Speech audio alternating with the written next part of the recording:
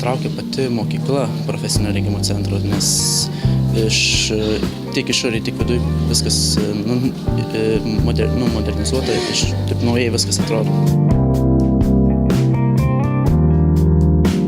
Šiemet planuojama priimti 200 daugiau negu praeitais metais.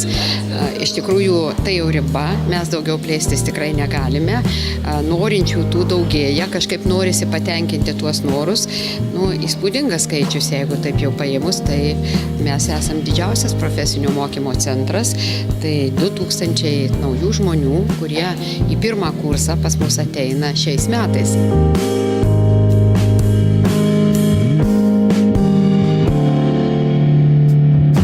Šiais metais populiariausios specialybės yra paramediko, kaip ir kiekvienais metais turbūt jau mūsų centre vyrauja, toliau masažuotojai, higieninės kosmetikos kosmetologo, be abejo ir sporto klubo paslaugų teikėjo. Labai populiari yra siuvimas, viena iš populiariausių irgi specialybių, man atrodo, pagal mūsų tuos reitingus 5-6 vietoje. Klausia mokiniai, ar dirbs, ar gaus darbą, ar susiras darbo vietą pagal programą.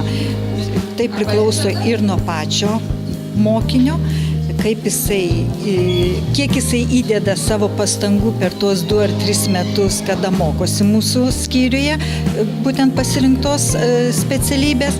Ir žinoma, priklauso, koks tai žmogus. Ar jisai turi tas vertybinės nuostatas, ar jisai yra atsakingas, ar jisai išsiugdo tą atsakomybę, ar jisai yra punktualus galų gale.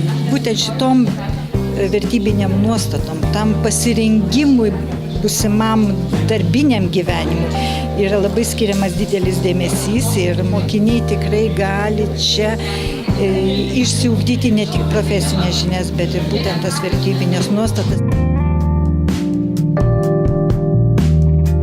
Baigė su agronomija, bakalauras, sodininkystė ir apželdinimas specialybė ir vien agronomija magistras.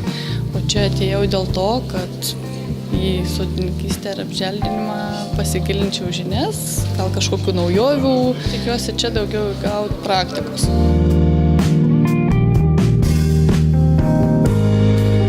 Kaip čia buvo tas bumas į aukštąją, dabar pradeda daryti atvirkščiai, pirmą į profesinę, po to į aukštąją stojimą. Mes dabar einam tokiu pavyzdžiu kaip Olandai, Vokiečiai, kad pirmą geriau į profesinę, tu nueik įgyk amatą, dirbk, o po to iki universitetą, jeigu turi norą.